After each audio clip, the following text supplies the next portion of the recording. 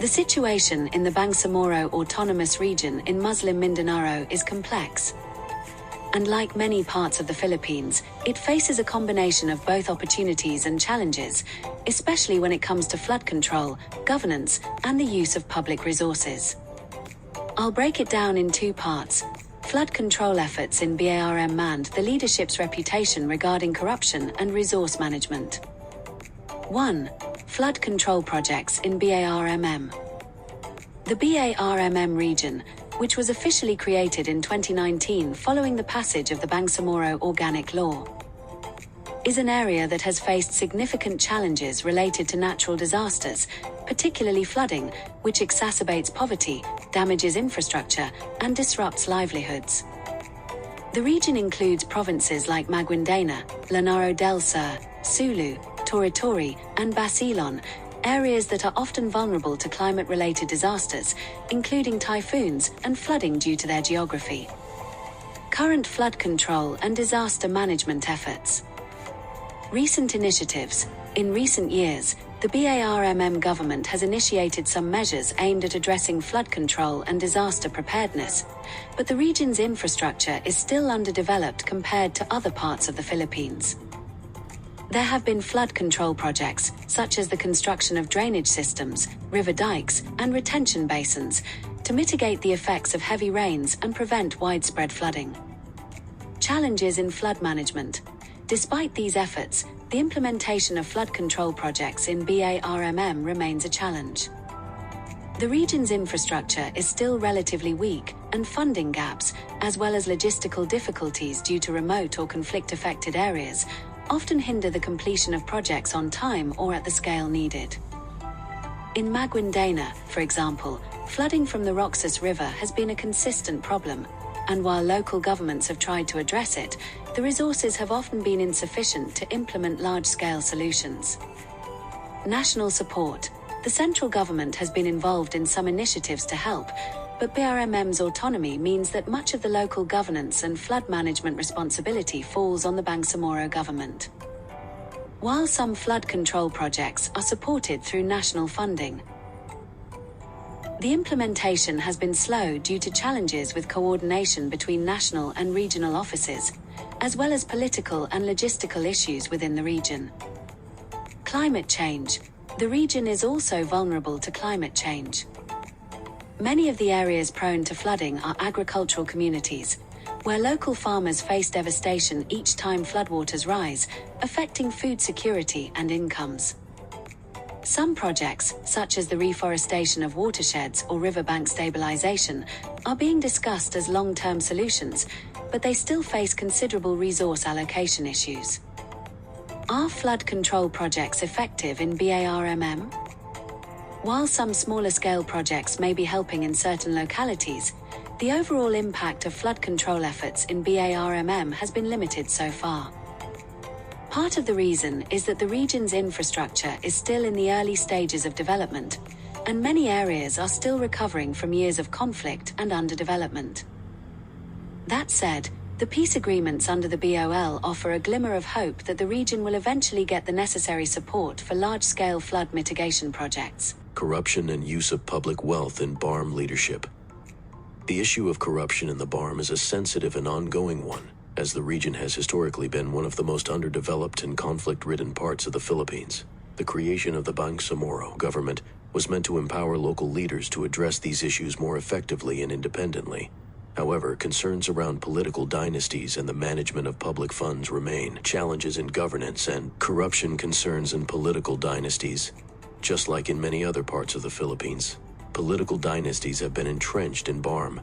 In some provinces, local leaders with long-standing power have retained control over both political and economic resources, often creating patronage systems that undermine effective governance. These systems can sometimes divert resources away from public welfare projects, such as flood control, and instead prioritize personal or political interests. Corruption in infrastructure projects. There have been allegations of ghost projects, overpricing, and underfunding of projects within BARMM, particularly in sectors like infrastructure and disaster relief. Some local officials have been accused of pocketing funds that were intended for flood control, education, and health services. This is not unique to BARMM. It's a systemic problem across many parts of the Philippines. However, in BARMM, the situation is more complicated because of the interplay of political factions, local conflicts, and the transition to autonomy, transparency and accountability. The establishment of the BARMM government promised more self-rule and greater accountability in local governance. However, a lack of effective audit systems and checks and balances has allowed corruption to persist.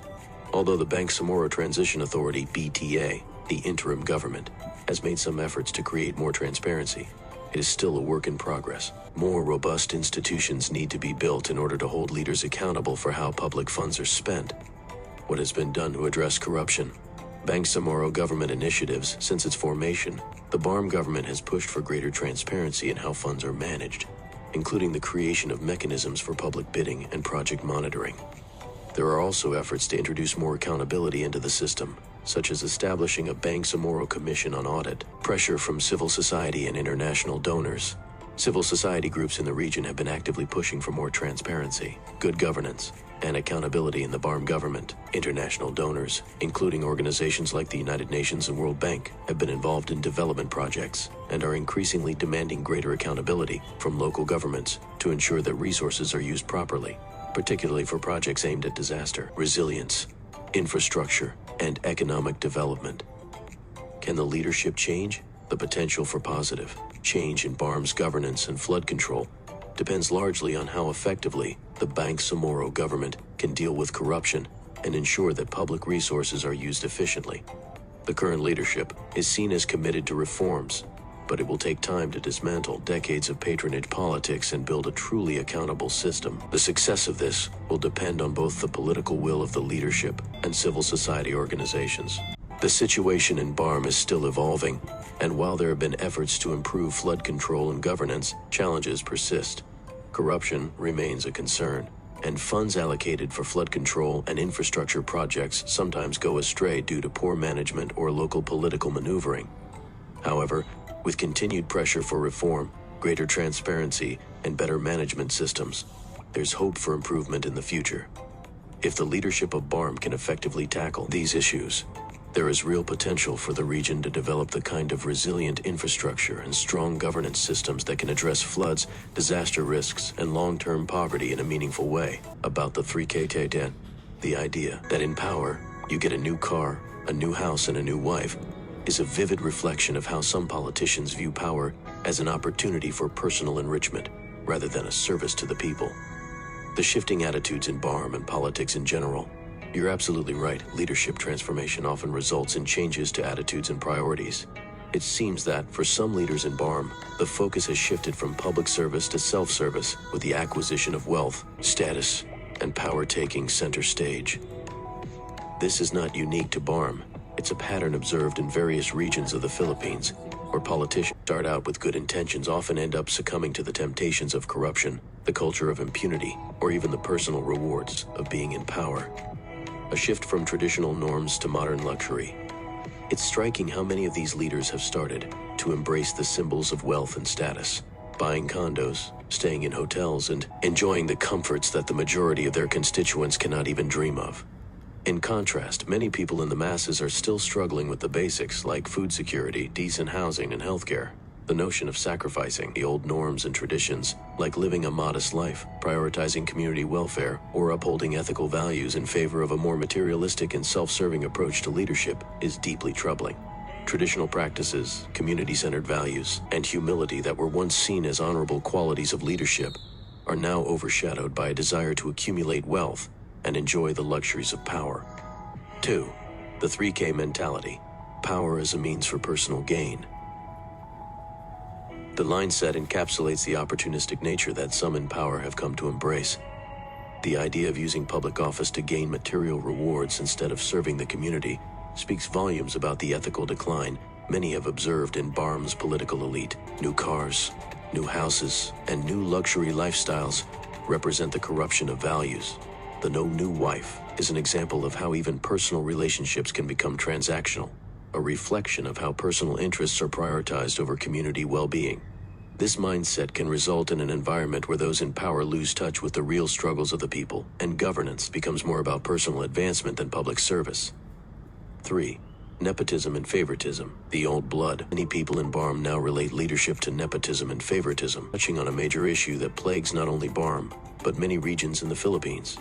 Political dynasties are a long-standing problem in Philippine governance, and it seems like the same issues are being replicated in BARMM, despite the initial hope that autonomy would bring about a shift in how power and resources are distributed.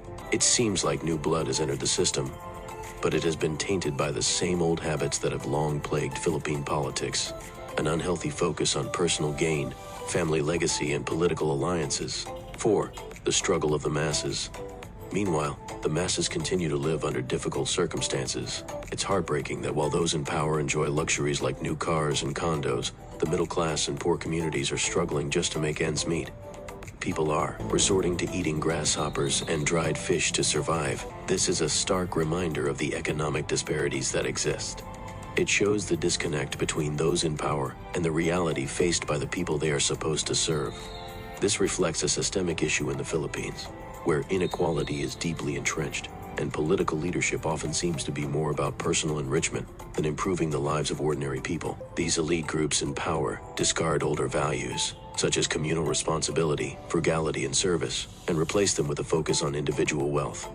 What needs to change? There are a few things that could potentially change the current situation in BARMM and in the broader Philippines, strengthening accountability and transparency. It's crucial that both local leaders and national government bodies work together to implement stronger mechanisms for accountability. 2. Creating stronger civil society engagement. People need to have more say in how resources are allocated. A stronger civil society that actively holds the government accountable could push for more public service-oriented leadership. Grassroots movements, activism, and community organizing play a big role in ensuring that local leaders are aligned with the needs of their constituents. 3. Political reform and anti-dynasty laws. Real political reform is needed in the form of anti-dynasty laws, election reforms, and measures that limit the power of political families. Until this is addressed, the cycle of nepotism and favoritism will continue to dominate. The Bangsamoro Parliament could be a great platform to push these reforms forward. 4. Leadership with integrity. The next generation of leaders must be focused on serving the public good rather than using power as a stepping stone to wealth. It's about electing leaders who are committed to humility, service, and long-term development. 4. Public education and awareness. Educating the public about their rights, government processes, and the importance of good governance could empower communities to demand better from their leaders. This could also foster critical thinking about the integrity and authenticity of their elected representatives.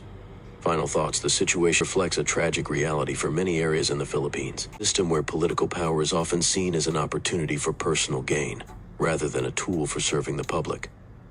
While there are hopeful signs of change, such as the peace process and greater autonomy for BARMM, the reality of political corruption, nepotism, and the misuse of public resources is still a major hurdle. The shift from traditional values to a more wealth-centered view of leadership is concerning, but continued advocacy for good governance, accountability, and public service will be key in pushing for real change.